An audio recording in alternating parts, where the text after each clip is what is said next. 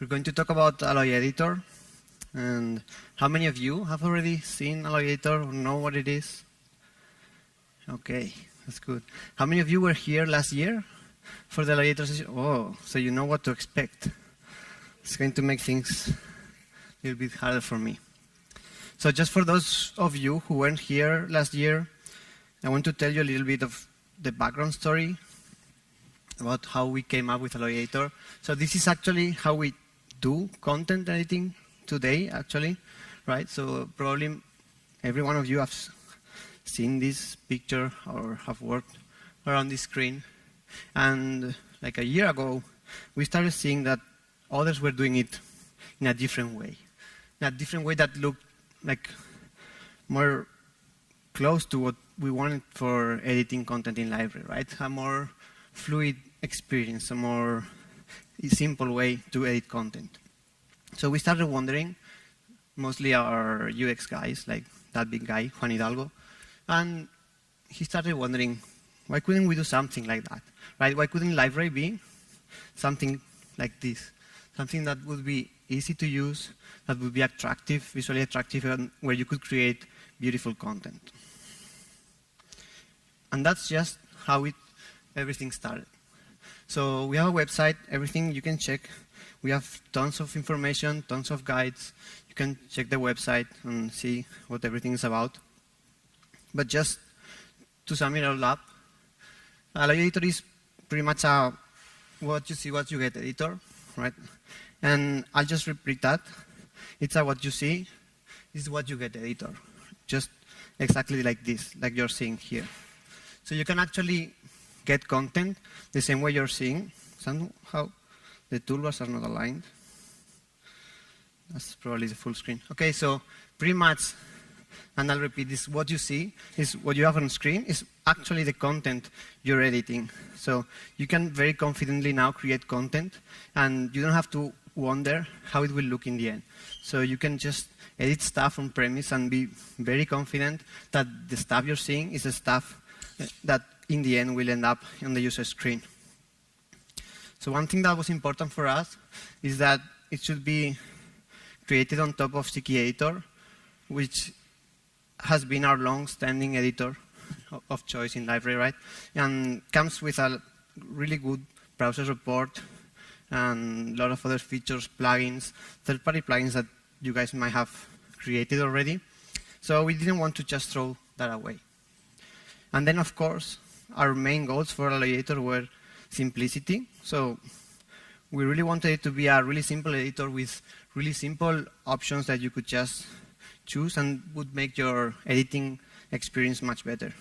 And of course, we wanted it to really integrate very easily in any kind of products, right? So just as a side effect, actually, this last year we rebuilt all our UI in React. So it's actually using the latest trends in front-end development, which has proven a very good thing for us.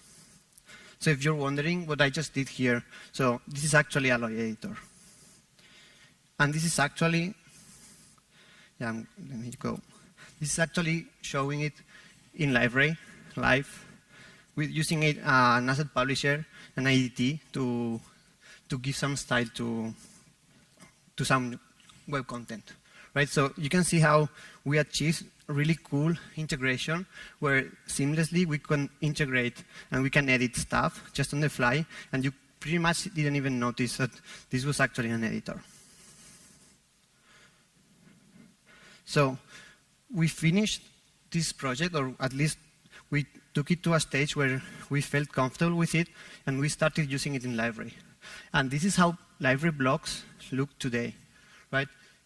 In there, maybe you don't know, but or you can see, you can tell the difference, but there are 4 different AlloyEditors working in conjunction in that screen.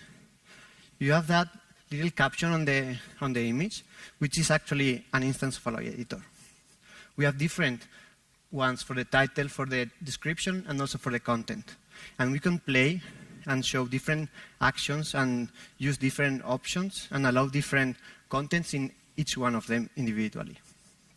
And as you can see, it provides a very, very nice experience, and where you actually feel part of the content. So it doesn't feel like the content is something else. And of course, in the end, you see exactly how it looks.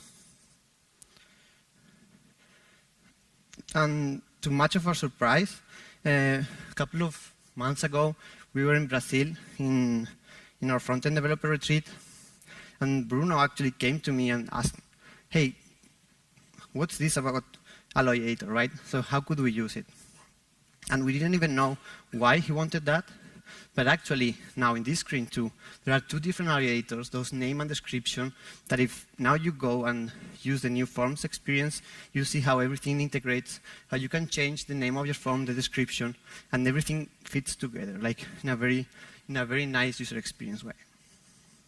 So we're very happy with how things are going. We hopefully will be moving AlloyEditor and we'll be using it in more places, but that's still to be seen. So how you use it? Very simple. Some of you or most of you have seen Liferay UI input editor. So TagLib has been around forever. So the only thing you need to do to use an AlloyEditor instance in your pages is just change the editor name attribute to AlloyEditor, and that will just swap from whatever implementation of editor you were using before, being that CKEditor, FCK, TinyMC, or any of those. It comes with some other attributes like placeholder, which we'll see later. And now you can actually pass the contents directly to the TagLib, so it renders on the server side, and you avoid this old flickering we had in CKEditor. So just by doing that, again, now we have here an instance of AlloyEditor. As you see here, this small text that appears here is what you can define on the placeholder. It's what appears when nothing is on the editor. So when the editor is empty, you get that HTML5 input feeling that actually tells you what to do over there, right? So as soon as you start typing, you can do anything, like placeholder is great. Yeah, sure. It's nothing new, right? So we have an editor here, very integrated in the page. Of course, you can add styling. This was pretty much requested in last DEVCON, right? So there's nothing new here.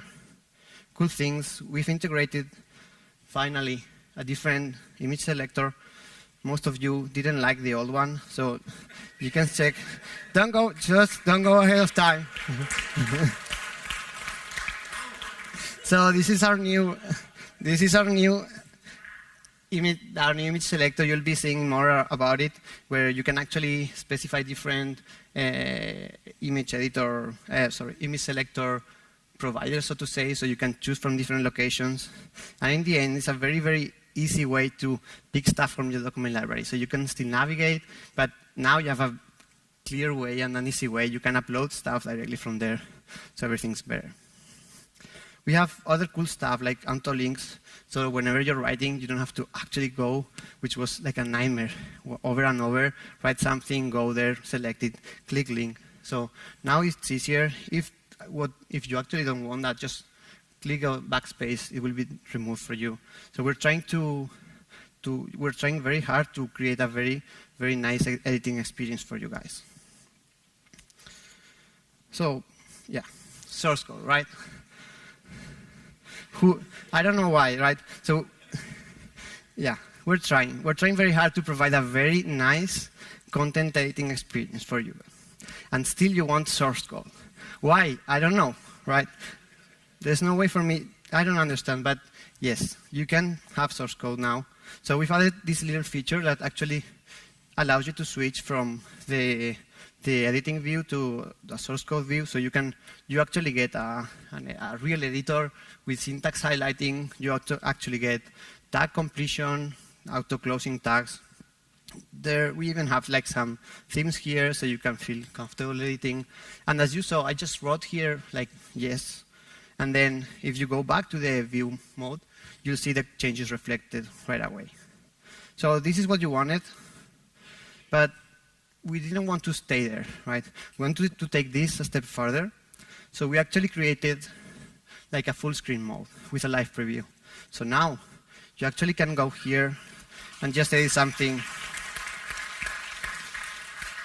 and see it change real life And then as soon as you're done and you accept it, then it's there in the content. So that's pretty cool, right? So hopefully you'll be happy now with source code.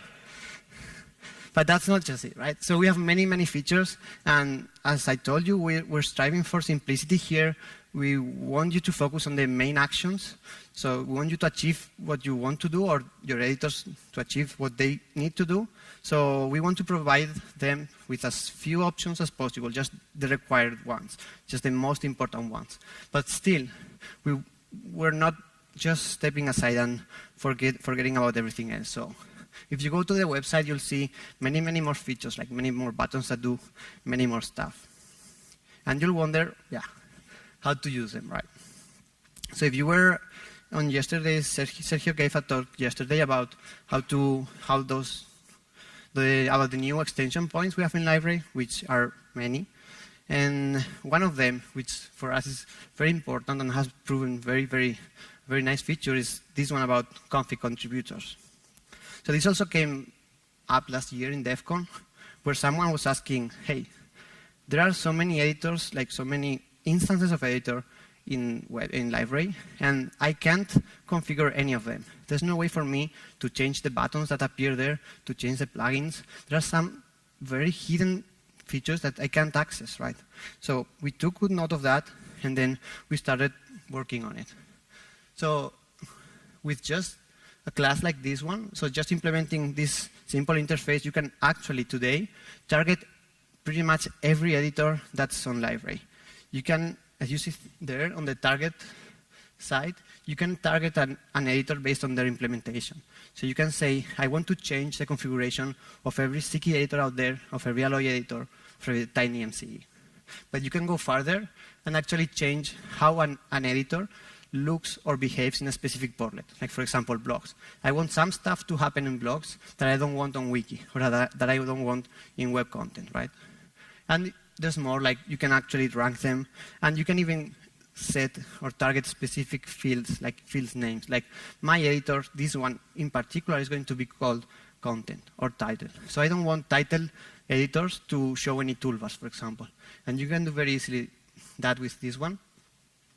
You only need to define these target options and then implement this populate config JSON object, which will, in a way, all those contributors will play together one after the other to create this JSON object that your editor receives in the end. So you can actually start playing around, adding features, removing features if that's what your contributor wants to do. So for example, in this one, we'll see more code later. You can add camera buttons or quote buttons, right? It would be pretty much as simple as that. So this is actually the code, the real code that would go in there.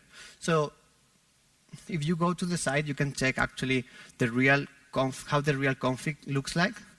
But you can get an idea from that. So you get a JSON object that has an add object with a buttons array. That's what will appear on the left add button we showed.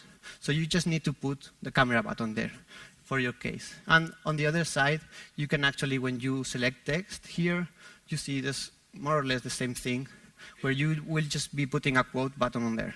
And I'll just show you this. So I have the same editor here, but in this case, it's applying exactly what I showed you before. So now when I come here and I click on that, I have an extra button, which is the camera one, just by doing that, which, wait a second. This always happens, right? Yeah, I think, okay, Chrome is blocking my camera thing right now. So, but trust me, you can take pictures.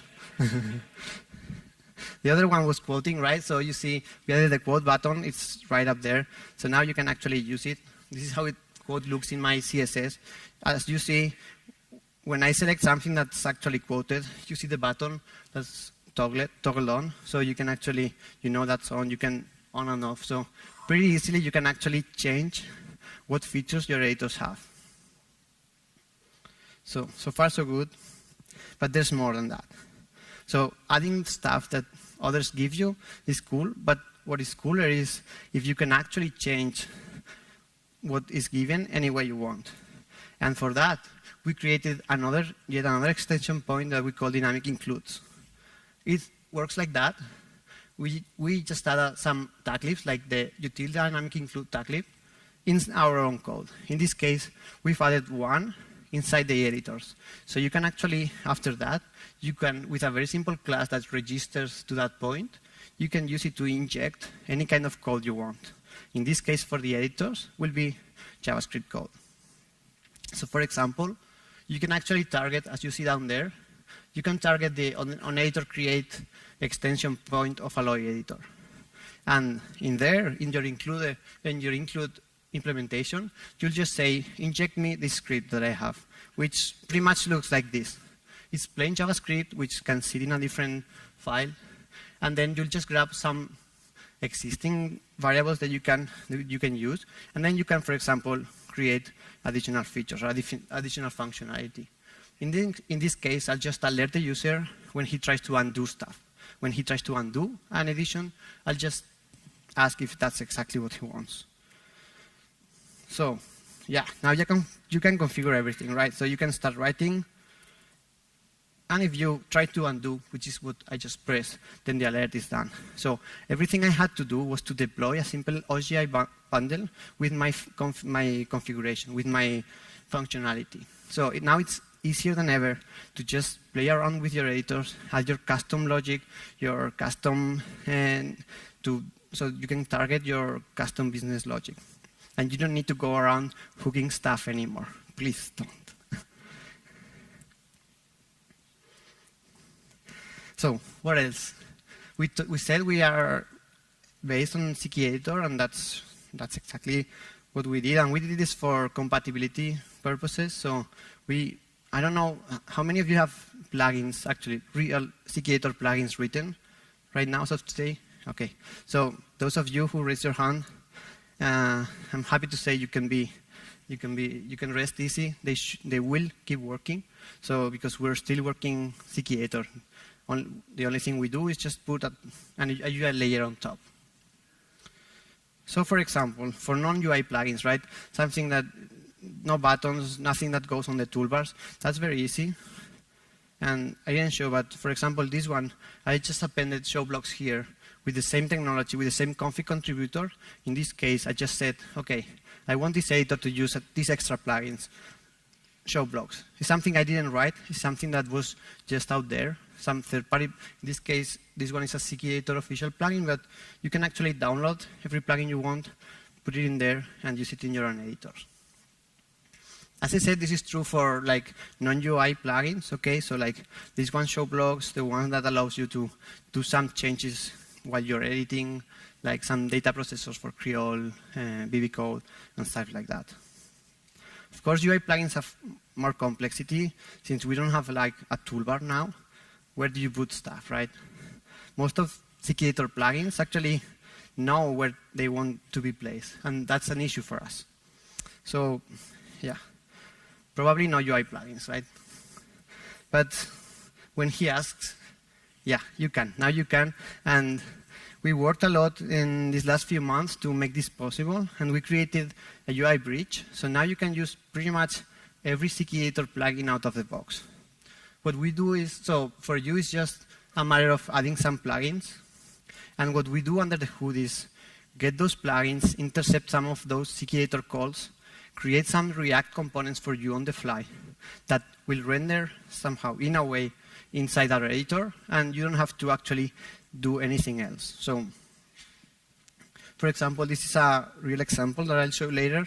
Again, using a different config contributor. In here, what I'm doing, as you see on top, I'm just adding those extra plugins, which are our UI bridge plugins, which you can use to bridge like plugins that have buttons or rich combos. And then the only thing you do, in this case, I'm using the font plugin, which comes bundled with AlloyEditor, but we didn't enable it by default. But if you want, it's as easy as adding the bridge plugins, the font plugin, and then you just need to put those buttons in there on the toolbar. So now, finally, you get those buttons for free right there. And they're working. And they integrate very nicely in in the whole AlloyEditor interface. You don't have to touch a line of code. You don't have to do anything. So this is pretty cool for us. It's a step forward. It allows us to use pretty much everything that's out there. And yeah, more things you asked for. So drag and drop. I won't stay there. Yeah, you can drag and drop directly from the desktop, right?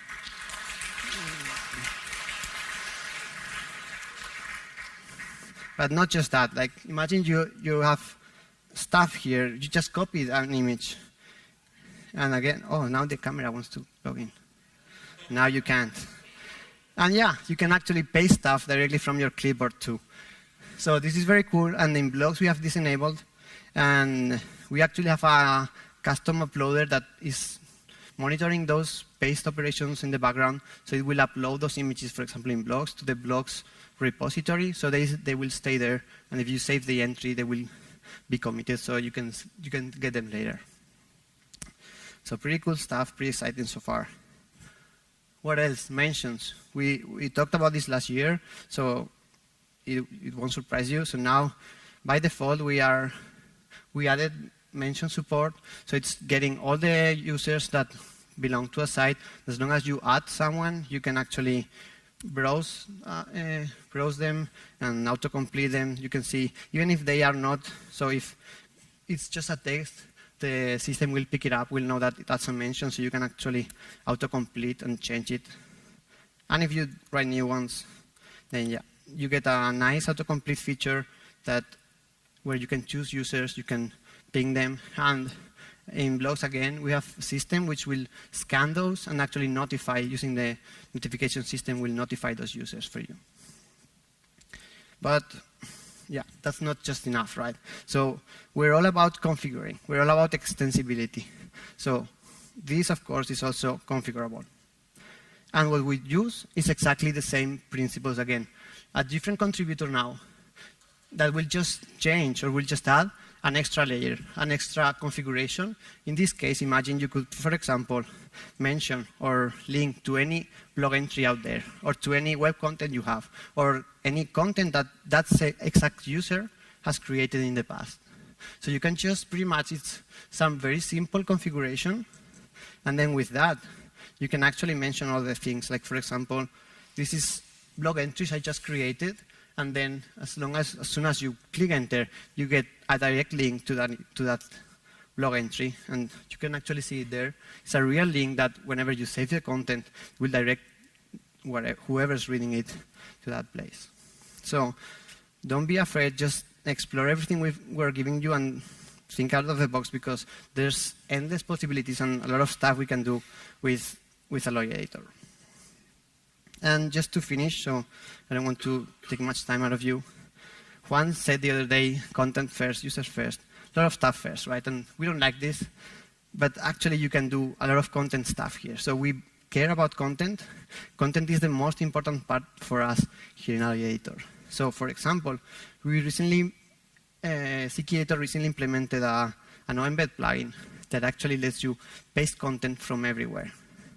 So for example, if you have a Google Maps URL, you can just paste it in AlloyEditor, and then it'll get you a map. The same goes for YouTube, SlideShare. Oh, sorry, wrong cell, but still works. So pretty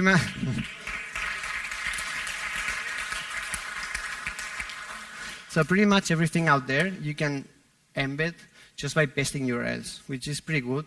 Just so you know, we're using Embed technology as a format that some content providers are creating APIs for that. Some others don't. So CKEditor comes with a proxy out of the box, which is iframe.ly, that actually gets, I don't know, like 100 or 1,500 different sites where you can just paste URLs. GIF is great. Just, I don't know if it's there. You see GitHub accounts, you can get Twitter cards. So it's very cool when you can just copy stuff and paste it, and your entries, your content will look better than just a link. Again, that's not just it. So why stay there, right? If you can configure something, why wouldn't you do it? So we thought this was very cool, And probably you can imagine where did we go with this, right? So if you can paste a URL and you can turn it into some content, what kind of URLs would you like to paste? I'm sure by now you all are thinking, my own URLs, right? So my document library URLs. What would happen if I have a PDF in my document library? Or if I have a doc file or a keynote, a PSD? So wouldn't it be nice? Oh, sorry. Yeah. Wouldn't it be nice if I can just like copy the URL, which I have prepared there, and just paste it on your editor. And for a PDF, you could get exactly a PDF viewer up there. Don't you like this? Okay. So that's it. Thank you, everyone.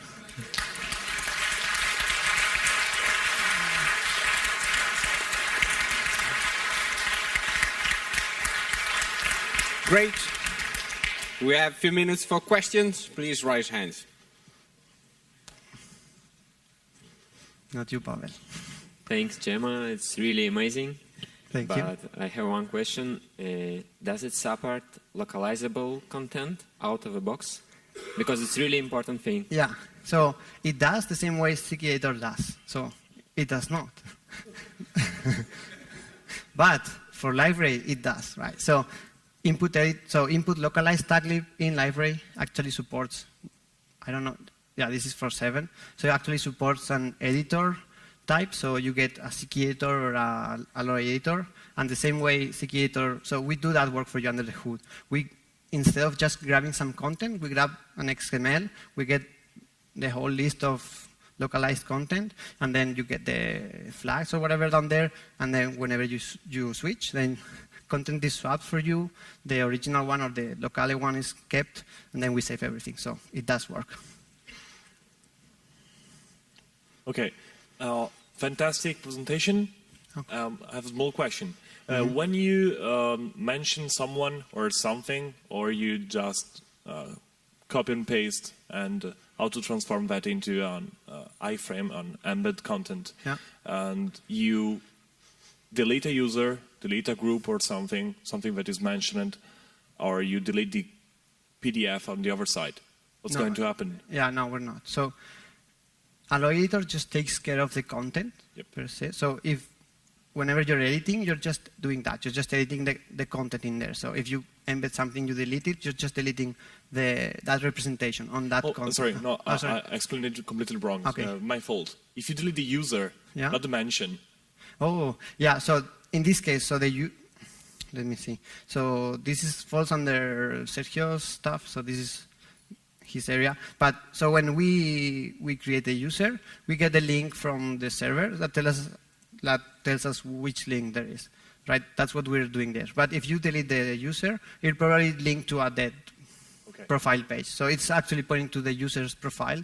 And then if you delete it, I'm pretty sure it won't be deleted. Okay. Small related question, very small. So when URLs are dependent on the actual installation, so that means that when you do staging, for example, we are not going to automatically correct the URLs for UIDs of documents, for example. No. Okay. Hey, Chema, awesome presentation. One quick question. Oh, sorry, wait. Sorry. I think someone there wants the mic. Can you? Wait.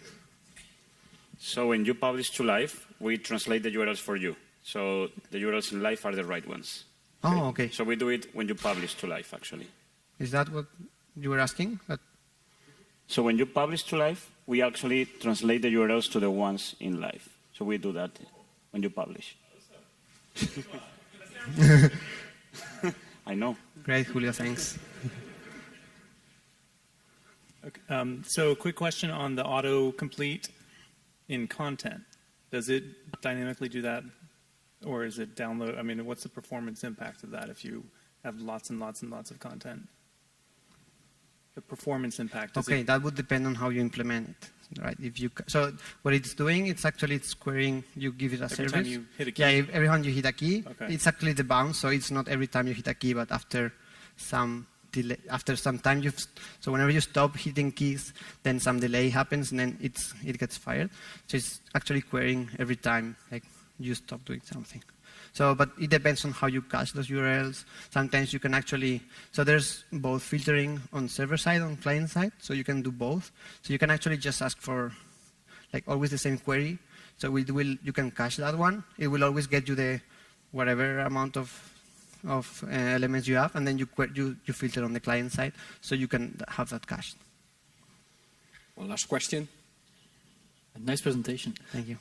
If you drag and drop an image into AlloyEditor, where is it stored? Is it stored in a document library or somewhere else? So it depends on where you put AlloyEditor. So AlloyEditor is not doing this, right? So AlloyEditor is just putting the base64 representation there. That's AlloyEditor as on its own, as a standalone project. Then when we integrate this inside blocks, for example, we configure as an additional module that does that. It's monitoring that. It checks that you pasted something that was an image that had an exact base64 content, and then we trigger a background upload, in this case to the blocks repository, so it doesn't go to the, correct me if I'm wrong, Sergio? Yeah, it's cool having all the team here. Yeah, so as soon as you just drop the file, it's automatically uploaded, but it's not actually going to the blocks repository. It's going there, but it's a temporal file. So it's not actually finally saved until the user hits publish, and then when the block entry is published, at that point, we turn that file that is already in the server into a final store inside blocks, so it remains there. Yeah, actually, you knew that one, but... Sorry, Chema. Thank you very much. Thank you. Thank you, everyone.